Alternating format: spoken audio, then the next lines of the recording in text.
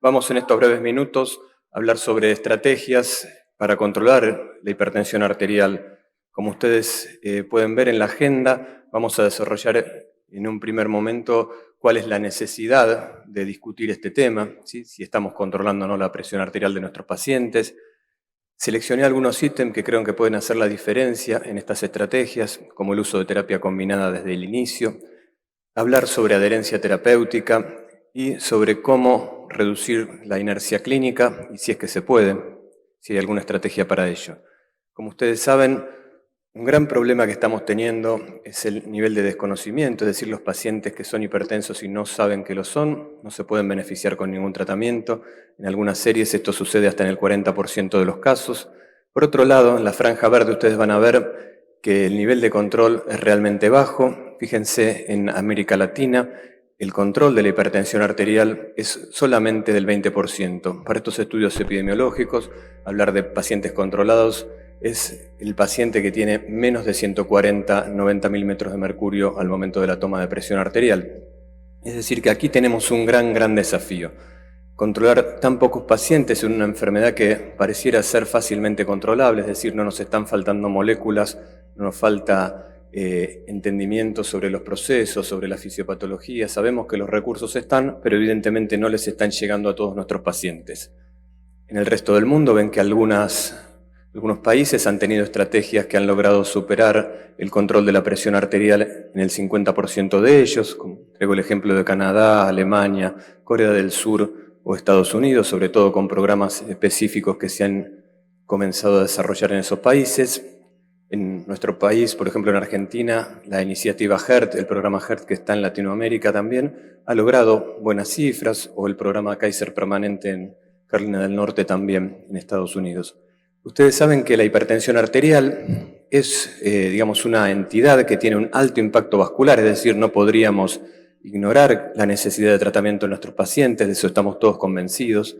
Es la primera causa de stroke, por ejemplo, según el estudio de PURE de Salim Yusuf, en el 2010 y en el 2020 se reiteran estos valores. Es la segunda causa de infarto agudo de miocardio. Es decir, que todos los que estamos aquí y los médicos que están en consultorio atendiendo en este mismo momento pacientes con hipertensión arterial saben el alto impacto vascular que tienen y, sin embargo, tal vez no estamos poniendo al alcance de nuestros pacientes todos los recursos. Y voy a tratar de convencerlos en los próximos minutos de que esto es así. Y si nos preguntamos en este momento por qué no podemos controlar la hipertensión arterial en nuestros pacientes, vamos a pensar juntos cuáles podrían ser las respuestas. Por un lado, lo que decíamos, los pacientes no diagnosticados difícilmente se beneficien del manejo que podemos darle a un hipertenso. Pero bueno, esto también tiene mucho que ver con la salud pública, con ver cómo llegamos a difundir y hacer promoción de la salud, es decir, tratar de que los pacientes vengan a nosotros y se controlen la presión arterial. Por otro lado, pueden ser tratamientos inapropiados. ¿Estamos dando una estrategia óptima de tratamiento farmacológico a nuestros pacientes o estamos usando por demás monoterapia, sobre todo en América Latina? Por otro lado, problemas en la adherencia, es decir, no siempre los pacientes pueden tomar en tiempo y forma el tratamiento que le prescribimos el día 1, y eso también puede estar teniendo algo que ver. Y quiero decirles algo un poco más novedoso, pero que cobra cada día más fuerza en los estudios epidemiológicos y cada vez en los congresos donde se habla exclusivamente de la hipertensión arterial toma un poco más de fuerza. Es la inercia clínica, es decir, aquellas situaciones en donde deberíamos aumentar el tratamiento farmacológico, adicionar fármacos o tal vez iniciarlo y por una u otra causa no lo hacemos, es decir, no están cumplidos los objetivos y seguimos tratando de la misma manera al paciente. Les digo, para resolver la primera cuestión, el tema de pacientes no diagnosticados, si bien les decía que tiene que ver con una estrategia por ahí global y en salud pública salir a buscar esos pacientes hipertensos, fíjense lo que nos pasa en el consultorio. Este es un estudio que publicamos el año pasado, el estudio RAMPAC, en donde casi 3.000 pacientes evaluados nos mostraba que, en general, en todas las especialidades de hospitales, en su mayoría universitarios, solamente tomaban la presión arterial y la registraban un 15%. Esto estamos hablando de todas las especialidades, ¿sí? Pero fíjense, las especialidades relacionadas, por ejemplo la nuestra, medicina interna, que fue la segunda en orden de frecuencia de toma de presión arterial y registro de presión arterial, estábamos alrededor del 30%, los cardiólogos alrededor del 50%, íbamos bajando los obstetras, creo que era un 20%. Me llamó mucho la atención personalmente especialidades que están muy vinculadas a la hipertensión arterial, como un diabetólogo, el muy bajo control, digamos, es verdad que nos focalizamos en un solo problema, pero el diabético tal vez también puede ser hipertenso y sería bueno tomar la presión. Fíjense que ronda el 3%, los neurólogos causan número 1 de stroke isquémico hemorrágico, un porcentaje muy bajo. Pero bueno, esto no intenta ser una autocrítica, sino contarles y convencerlos de que esto no es ciencia ficción. Hablamos de que debemos tomar la presión a los pacientes, pero o no lo hacemos o lo hacemos porque puede ser que lo hagamos y no esté registrado. Es decir, primer norma que trataría de transmitir es que cada vez que un paciente se acerca al sistema de salud, se le tome la presión arterial. Así consulte por otra cosa que no tenga que ver con hipertensión arterial. Por otro lado, vamos a pasar a lo que tiene que ver con tratamientos inapropiados. Si es que estamos usando monoterapia por demás, fíjense, en Argentina nuevamente somos campeones del mundo, por lo menos en Latinoamérica, con un 70% de monoterapia. Esto no habla tan bien, es decir, ya sabemos que necesitamos 2 o más fármacos para tratar de controlar a nuestros pacientes, ¿sí? Tratar de tener a nuestros pacientes controlados. En los ensayos clínicos nos llevó el uso promedio de 2/3 drogas, y díganme por qué la mayoría de los pacientes está solo con una droga. Sabemos que fisiopatológicamente o farmacológicamente, si así lo queremos llamar, es raro que con una sola droga, con monoterapia, reduzcamos más de 10 milímetros de mercurio la presión arterial. Y díganme por qué a diario los pacientes que están con 165 de presión arterial sistólica y estamos buscando un objetivo mucho mayor a 20 milímetros de mercurio en ese paciente, usamos una sola droga. O sea, queremos hacer más de lo que el fármaco nos puede dar. Esa es una pregunta que me hago. Y si pensamos en el fenómeno fisiopatológico, es decir, el origen de la hipertensión arterial es multigénico, no tiene una sola causa, y nosotros queremos darle respuesta con un solo mecanismo, ¿sí? Es decir que creo que llegó el momento de saber que en la mayoría de nuestros pacientes debemos tener 2 o más drogas. Esto tiene implicancias clínicas, esta es la cohorte de Lombardía, con un grupo muy numeroso de pacientes, en donde el impacto cardiovascular fue mucho menor con el uso de terapia combinada, ¿sí? Sin duda. Por otro lado, hay numerosas publicaciones que sería muy largo de describir en este mismo momento, pero si ustedes hacen una búsqueda van a ver que la mayoría de las terapias combinadas que se han estudiado están combinando IECA o ARA con antagonistas cálcicos, o IECA o ARA con diuréticos, y las combinaciones son múltiples. Lo que no estamos recomendando, obviamente desde hace ya bastante tiempo, es el uso de IECA y ARA combinados juntos, ¿sí? En una molécula o en moléculas separadas, porque los riesgos son mayores que los beneficios. Entonces, ¿qué nos dicen las guías internacionales sobre esto? ¿Qué tenemos que hacer como una estrategia óptima? Es decir, ustedes recuerdan que las guías de la Asociación Internacional de Hipertensión Arterial lo que hicieron fue proponernos una estrategia óptima, es decir, para optimizar el tratamiento y lograr el control, y en países en donde no podemos obtener todas estas drogas, estas moléculas, lo que podemos hacer es una estrategia esencial, un estándar básico, digamos. Entonces vamos a proponer la óptima. Fíjense, en el primer paso usaríamos una dosis baja de un tratamiento antihipertensivo combinado, y si no llegamos a lograr los objetivos, usaríamos una dosis plena, y en la tercera consulta, si los objetivos no están cumplidos, usaríamos una triple combinación. Y todo eso en una sola píldora idealmente. Y esto tiene que ver con mejorar la adherencia, y está demostrado que usar una sola píldora, facilitar las cosas a nuestros pacientes, hace que la adherencia sea mayor. Y obviamente, como una estrategia esencial, en verde, van a ver que van a poder usar combinaciones libres de los fármacos antihipertensivos, porque es mejor esto a no tener absolutamente nada. Obviamente que deberíamos hacer que de alguna manera les lleguen estos fármacos a nuestros pacientes. Por otro lado, ¿en quiénes dejaríamos la monoterapia? Es decir, ¿a qué paciente le daríamos por primera vez monoterapia? Aquellos pacientes que tienen hipertensión grado 1, es decir, una hipertensión leve y bajo riesgo cardiovascular, ¿sí? No son muchos, pero en estos pacientes podríamos empezar con monoterapia. Y en el otro extremo, los ancianos, los pacientes mayores de 80 años o con criterios de fragilidad, que también podríamos empezar con monoterapia. La OMS nos dice exactamente lo mismo, ¿sí? Esto fue publicado el año pasado, las guías de tratamiento de la Organización Mundial de la Salud, y también en las recomendaciones latinoamericanas del FIMI estábamos en la misma línea. Entonces, ¿qué pasa con el otro problema que les mencioné? La adherencia terapéutica en la vida real.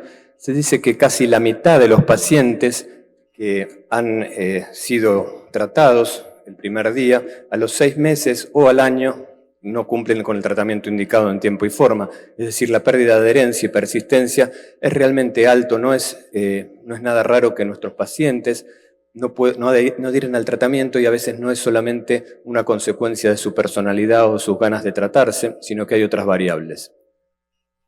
Fíjense que esto tiene mucho que ver con la adherencia, digamos, la buena adherencia con el buen control. Esto lo mostramos en un trabajo que realizamos, lo publicamos hace 2 años.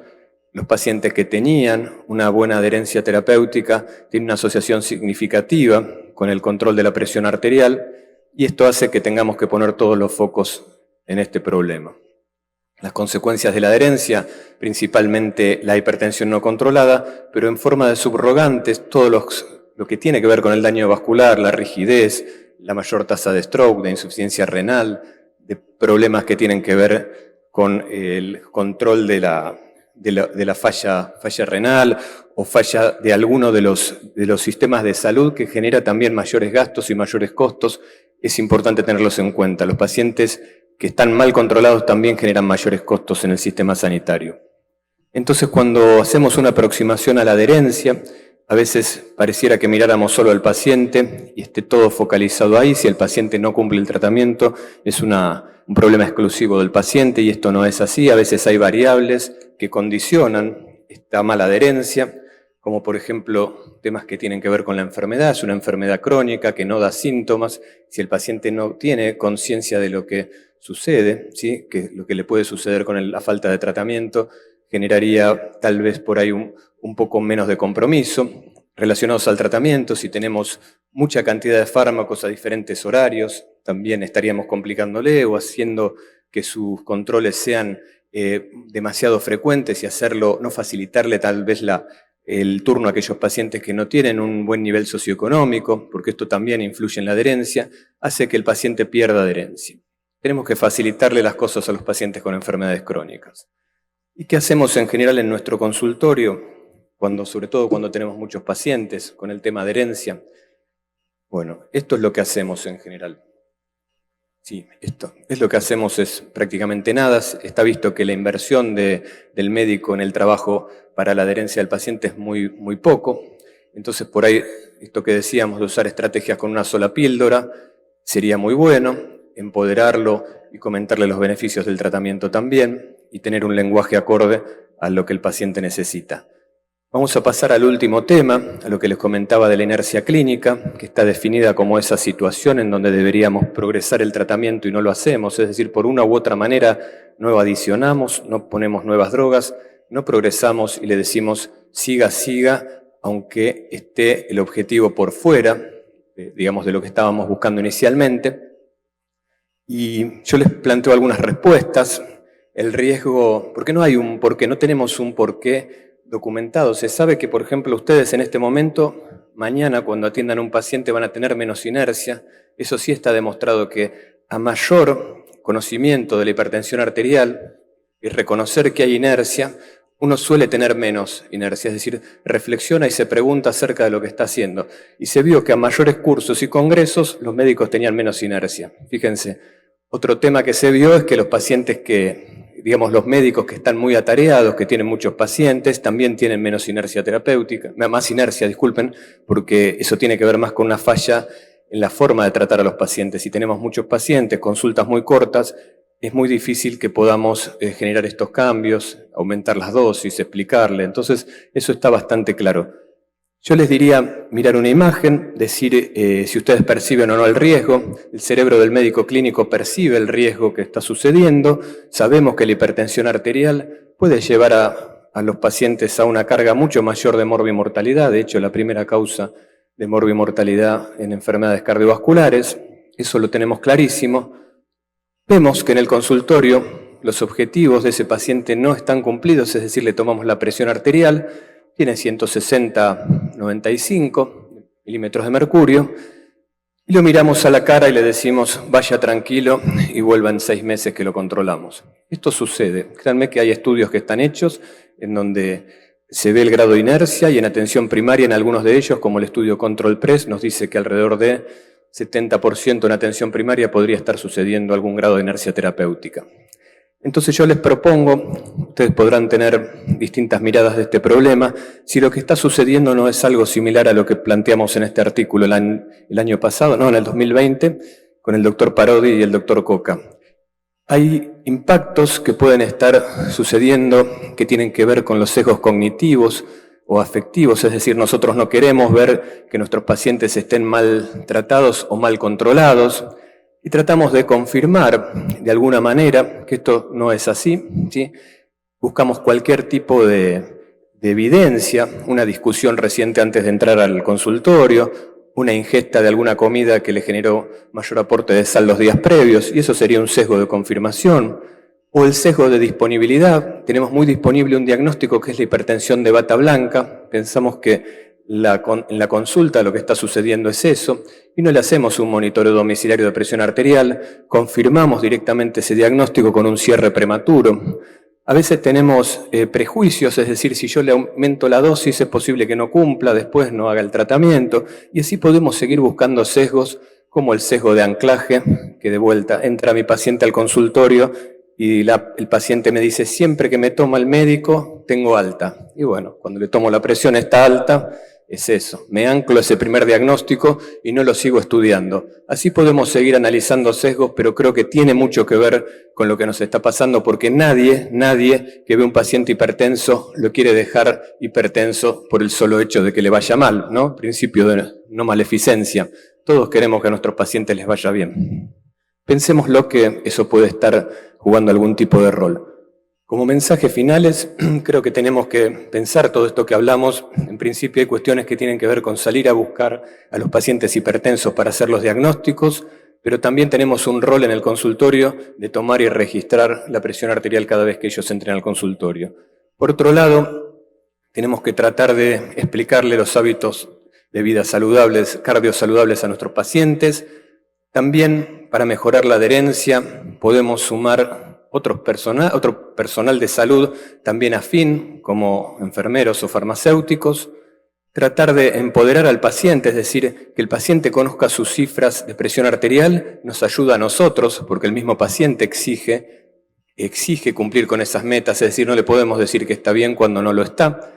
Y por otro lado, muy importante simplificar el tratamiento, hacer algoritmos que sean lineales, simples, no laberintos, es decir, de una sola rama, para poder orientar al médico clínico en este manejo de la hipertensión arterial, que realmente no es complicada, solamente hay que aplicarlo.